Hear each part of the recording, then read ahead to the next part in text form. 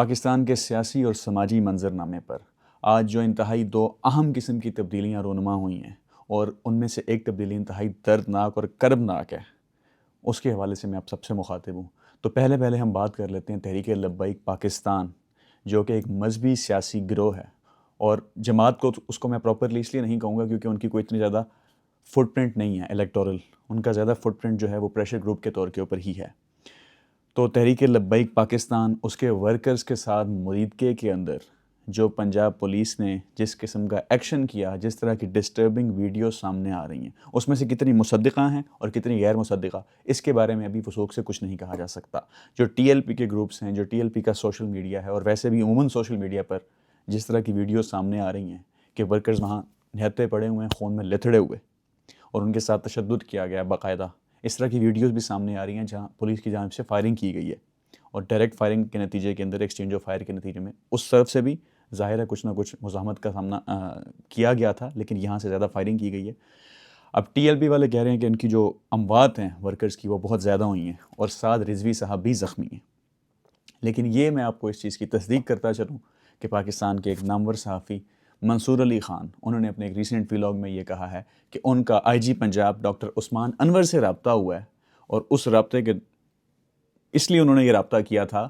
کہ وہ یہ کنفرم کر سکیں کہ سعد رضوی کو گولی لگی ہے، چونکہ سوشل میڈیا کے اوپر یہ چیز بہت زیادہ وائرل چل رہی ہے کہ کوئی کہہ رہا ہے اس کے کندھے میں 3 گولیاں لگی ہیں، اور کوئی یہ کہہ رہا ہے کہ خدا نخواستہ وہ اس دنیا سے رخصت ہو گئے ہیں۔ تو اس طرح کا کچھ بھی نہیں ہوا جو آئی جی پنجاب نے منصور علی خان کو بتایا ہے۔ تو تحریک لبیک پاکستان یہ احتجاج کیوں کرنے گئی تھی؟ تحریک لبیک پاکستان یہ احتجاج امریکن ایمبیسی کے سامنے کرنے گئی تھی۔ اسرائیل کی جو وار کو پرولونگ کیا ہے امریکہ کی مدد سے، امریکہ نے وہاں پر اس کے احتجاج کے اندر یہ شرکت کرنے کے لیے سارے ورکرز گئے ہوئے تھے، انہوں نے اسلام آباد کے اندر امریکن ایمبیسی کے سامنے جانا تھا اور وہاں پر اپنا احتجاج ریکارڈ کرنا تھا۔ تو متعدد بار پاکستان مسلم لیگ نون کی گورنمنٹ نے، اداروں نے ان کو بار بار کہا کہ آپ وہاں پر موو نہ کریں، کیونکہ اب حماس اور اسرائیل کے مابین سیز فائر ہو چکا ہے۔ لیکن کیونکہ یہ مذہبی جماعت ہے اور کسی بھی ایک انسان کی جان جانا پوری انسانیت کی جان جانے کے قتل کے مترادف ہوتا ہے، یہ بات تو مکمل طور پر طے ہے۔ جو ٹی ایل پی کے ورکرز جو وہاں پر جن کا قتل عام کیا گیا ہے، ہم ان کی فیملیز کے ساتھ ہیں، ہم جتنی آواز ان کے لیے اٹھا سکیں گے وہ اٹھائیں گے۔ نظریاتی اختلافات ہر انسان کا دوسرے انسان کے ساتھ فطری ہوتا ہے، لیکن اس کا یہ مطلب نہیں ہوتا کہ اگر ایک کوئی پریشر گروپ ہے، سیاسی ہے، چاہے وہ مذہبی ہے، اگر وہ احتجاج کرنے کے لیے جا رہا ہے اور اگر وہ مسلح نہیں ہے تو اس کو اس طرح موت کے گھاٹ اتارا جائے۔ یہ تو ایک چیز۔ لیکن دوسری چیز یہ کہ جب وہاں پہ حماس اور اسرائیل کا سیز فائر ہو چکا تھا تو یہ بے وقت کی راگنی الاپنے کی کیا ضرورت تھی ٹی ایل پی کو؟ جب 2 سال سے حماس اور اسرائیل کی وار چل رہی تھی تب تو ہم نے ٹی ایل پی کی جانب سے اس قسم کا کوئی احتجاج نہیں دیکھا۔ اب اچانک سے ان کو کہاں سے یاد آ گیا جب سیز فائر ہونے لگا ہے؟ پوری دنیا آج وہاں پہ مصر کے اندر حرم الشیخ کے اندر وزیر اعظم شہباز شریف گئے ہوئے ہیں، مختلف ممالک کے سربراہان وہاں اکٹھے ہیں، ڈونلڈ ٹرمپ وہاں پر آئے ہوئے ہیں، اور مصر اور امریکہ مل کر یہ ہوسٹ کر رہے ہیں سیز فائر کی جو ٹاکس ہیں۔ حماس کا اور اسرائیل کا آپس میں پریزنرز ایکسچینج ہونا شروع ہو گیا۔ تو اس دوران اتنے خاص وقت میں، اتنے سینسٹیو وقت میں ٹی ایل پی کو احتجاج ریکارڈ کرنے کی کیا ضرورت تھی؟ خیر، لیکن یہ احتجاج ریکارڈ ہو گیا، سارا کچھ وہ کر رہے تھے، ایک قسم کی پہیا جام قسم کی جیسے ہڑتال کا سما تھا پورے پنجاب کے اندر، کیا پورے پاکستان کے اندر۔ اور اب بھی میں دفتر گیا ہوں، وہاں پر بھی سارے کنٹینرز لگے ہوئے تھے راستے میں، مجھے پہنچنے کے اندر ٹائم لگا ہے، اور ہر انسان کی جو بڑے شہروں میں رہتا ہے یا چاہے چھوٹے شہروں میں رہتا ہے، اس احتجاج کی وجہ سے اس کے معاملات زندگی متاثر ہوئے ہیں، یہ ہم یہ چیز مانتے ہیں۔ لیکن یہ بڑی امپورٹنٹ بات جو سب سے زیادہ ضروری ہے اس حوالے سے، ٹی ایل پی کے حوالے سے، وہ یہ کہ 2017 کے اندر جنرل باجوہ نے اور جنرل فیض نے مل کر جب اس کی آبیاری کی تھی، کس کے خلاف کی تھی؟ پاکستان مسلم لیگ نون کے خلاف، کیونکہ پاکستان مسلم لیگ نون کا جو ووٹر ہے وہ زیادہ تر سینٹرل پنجاب سے تعلق رکھتا ہے، وہ پنجابی سپیکنگ ہے اور وہ بریلوی ہے۔ اس کے ووٹ کو ڈیمیج کرنے کے لیے یہ جماعت بنائی گئی تھی 2017 کے اندر، اور اسٹیبلشمنٹ کی، اس وقت کی اسٹیبلشمنٹ کی، اس کو مکمل حمایت حاصل تھی۔ فیض آباد دھرنا ہوا تھا، آپ کو یاد ہوگا۔ تو یہ ریلیجس جو سیکٹیرین سینٹیمنٹ ہے، اس کو اتنا زیادہ اس جماعت نے ابھارا، جو بریلوی ووٹ بینک ہے اس کو تقسیم کیا گیا، فرقہ واریت کا جو شعلہ ہے وہ بہت زیادہ اس کو یہ سمجھ لیں کہ بھڑکایا گیا۔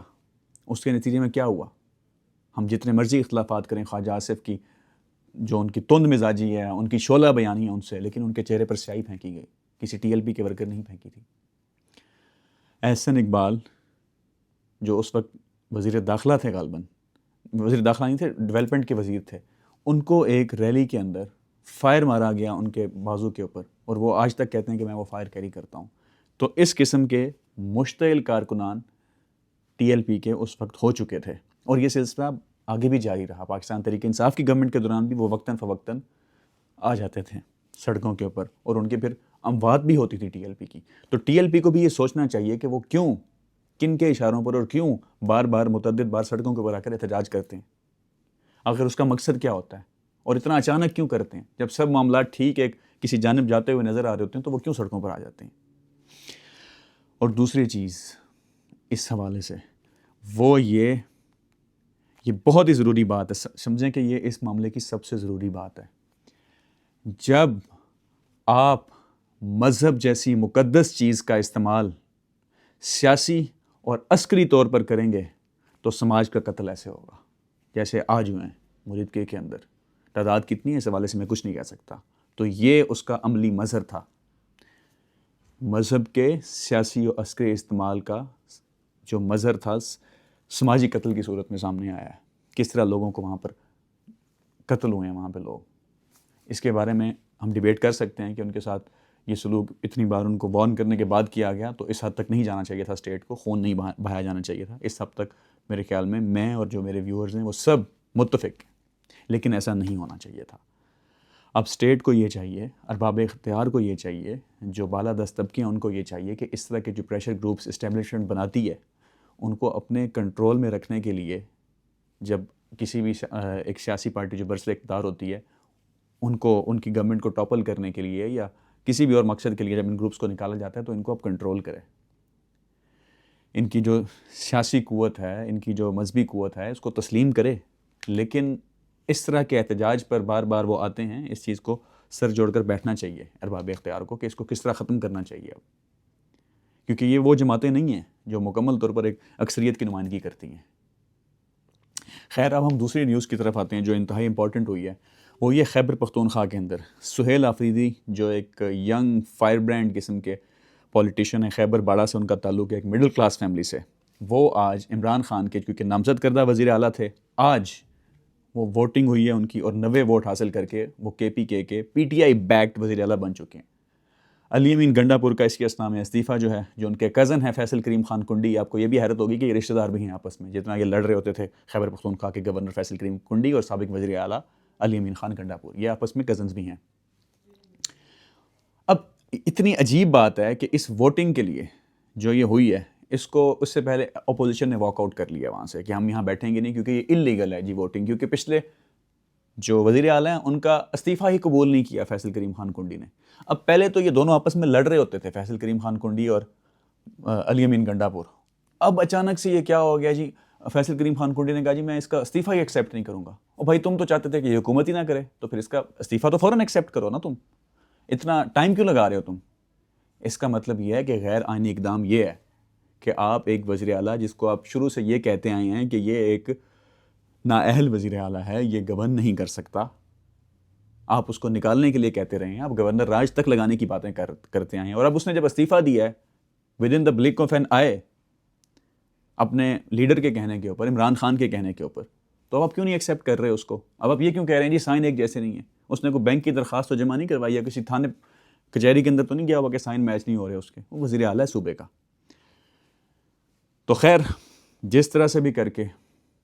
سواتی صاحب جو وہاں کے اسپیکر ہیں انہوں نے وہ ووٹنگ کرائی اور 90 ووٹ حاصل کر کے وہ وزیر اعلیٰ بن چکے ہیں اس وقت۔ اس کی پراپر نوٹیفیکیشن کب آئے گا اس کا ہم انتظار کریں گے، لیکن انہوں نے ایک انتہائی جارحانہ قسم کی اسپیچ کی ہے، اگریسو اسپیچ کی ہے، جو یہ ینگ ان کے وزیر اعلیٰ آئے ہیں سہیل آفریدی، انہوں نے کہا ہے کہ کے پی گورنمنٹ کو اعتماد میں لیے بغیر کسی بھی قسم کا کوئی ملٹری آپریشنز ہم نہیں کرنے دیں گے وہاں کے اوپر کے پی کے اندر۔ اور دوسرا انہوں نے یہ کہا ہے کہ میں احتجاجی سیاست کا چیمپئن ہوں۔ اچھا، یہ کیونکہ آئی ایس ایف کے پہلے پریزیڈنٹ بھی رہ چکے ہیں پشاور کے اندر، اور اسٹوڈنٹ پولیٹکس سے یہ آئے ہیں، گراس روٹ سے آئے ہیں، مراد سعید کے یہ گروپ کے، مراد سعید بھی خود آپ کو ایک آپ سب جانتے ہیں کہ مراد سعید کس طبیعت کے، کس مزاج کے، کس کماش کے آدمی ہیں. وہ بھی احتجاجی سیاست کا کافی تجربہ رکھتے ہیں، کیونکہ وہ بھی اسٹوڈنٹس کی جو ایک دھڑا تھا ISF KPK کے اندر، اس کے وہ پریزیڈنٹ رہ چکے ہیں. تو یہ ان کے ساتھی ہیں. انہوں نے باقاعدہ کہا ہے کہ میں احتجاجی سیاست کا چیمپئن ہوں، اور میں اب نوجوانوں کا جو ولولہ ہے، جو جوش ہے، جو اتنے عرصے سے بظاہر بجھا ہوا لگ رہا تھا عمران خان کی رہائی کو لے کر، خیبر پختونخوا کے باقی معاملات کو لے کر، وہ اس کو میں میٹسٹسائز کروں گا، زیادہ کروں گا، نوجوانوں کو میں سڑکوں کے اوپر لاؤں گا.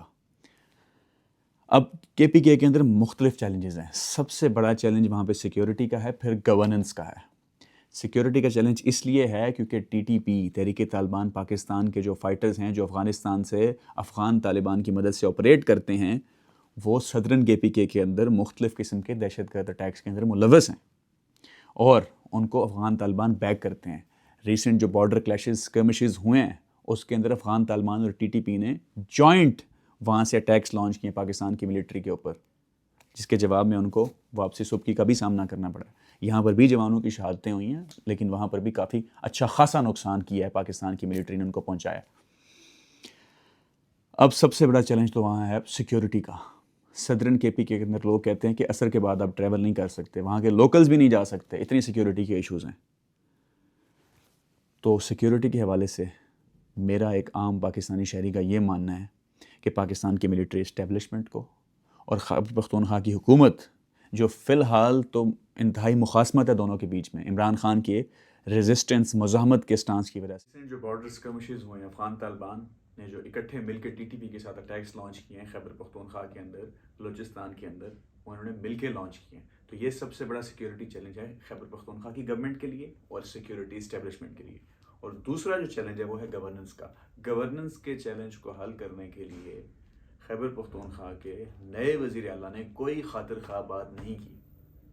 ہم اس چیز کو مانتے ہیں کہ سب سے پہلا جو انسان کا بنیادی حق ہے وہ اس کی جان مال کا تحفظ ہے. اس کے بعد آتی ہے آپ کی ارننگ، آپ کی لائیولیہوڈ، ایجوکیشن، ہیلتھ. لیکن اس حوالے سے انہوں نے کوئی بات نہیں کی. انہوں نے کہا کہ صرف اور صرف ہمارا جو مقصد ہے وہ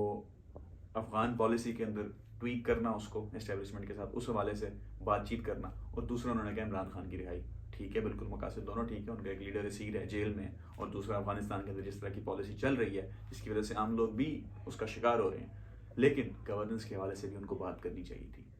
تو آگے جو بھی صورتحال ہوتی ہے، جو بھی منظر نامے کے اوپر تبدیلیاں رونما ہوتی ہیں، ہم انشاءاللہ آپ کو اس سے آگاہ کرتے رہیں گے. اپنے کامنٹس ہم سے ضرور شیئر کیجیے گا، اور ہماری ویڈیو کو زیادہ سے زیادہ شیئر کریں دوستوں کے ساتھ، واٹس ایپ گروپس میں، جہاں جہاں بھی. بہت شکریہ.